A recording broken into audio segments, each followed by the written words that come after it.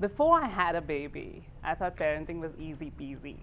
All you got to do is build 6 closets for the 6 kids you have, stick one in each closet, give them some food and water, maybe a math book or two, and there, you're done it.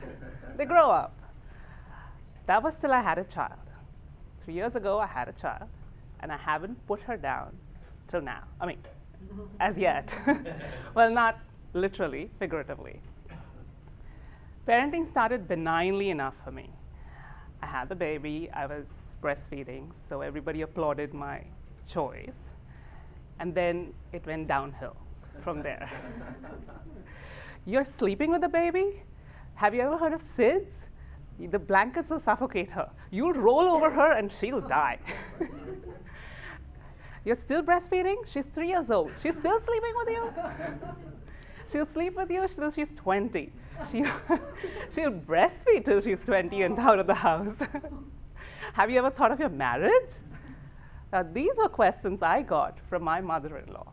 And she's a credible source. She's an editor of Early Start, Head Start program, which is a non-government or a non-profit organization to inform new parents and new families about, what to do when you have kids home, et cetera, et cetera. So I had to find my own technical terms, my own published papers to counteract these doubts. And I did. I was amazed.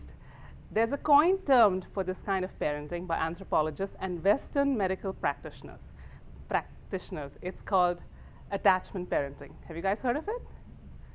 Okay. Attachment parenting, at the core of it, sounds very instinctive to me, but has a few principles. One is you feed with love and respect. You listen to the child's cues and you feed.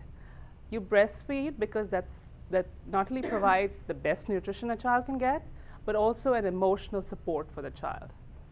And studies have proven, these are studies from the UK medical journal, which says that they've studied children who've been breastfed for 6 months or less and breastfed for a year or more, and they have higher IQs.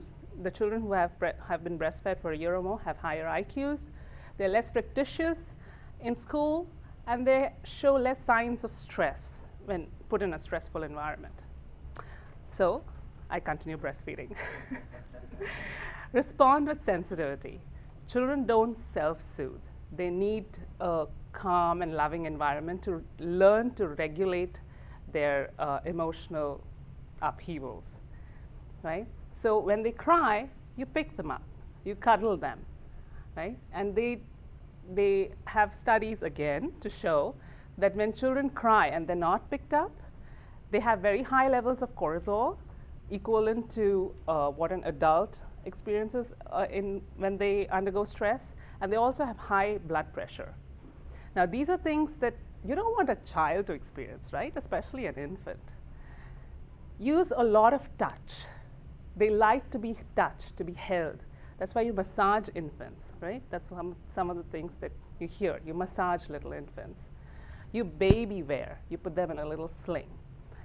If you've traveled to South America or South Asian or Asian countries or African countries where they have a more traditional lifestyle, you see kids being carried in a sling, right? And do you hear them cry? You hardly hear them cry. They're not drugged. They're just content. Yeah? So they have everything they need. They have the confines. They have the closeness they feel to their mothers, and they feel that security. They feel protected. And not the least of all, co-sleep. This is again a term I learned. It means to sleep with your child, safely, of course. If you have, if you have some medical condition, you've drunk the previous night or whatever, don't sleep with your child. But otherwise, your parenting instincts kick in. And besides that, it's a fantastic way for fathers or mothers who work away from home the whole day to bond with the child. You have more than 12 hours then to bond. She's sleeping with you.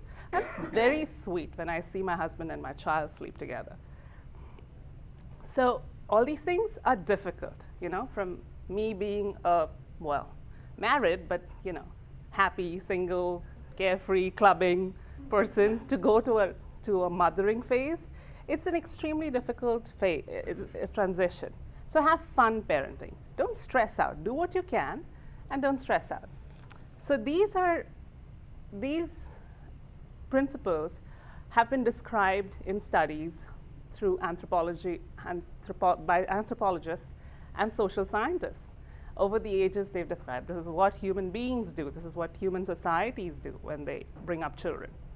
So how did industrialization or modern society distort parenting so much that you have to put a child in a different room in its own little crib and let it cry out? That's really strange to me. So now if I see a crying baby, even if it isn't mine, I make it a point to see if I can hold it and cuddle it just for a little bit, give it a little stress relief.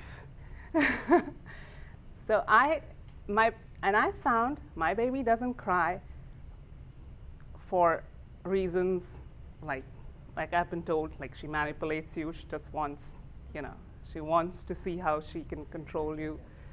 She cries for 3 reasons. She wants food, she wants to sleep, or she wants a hug. That's it.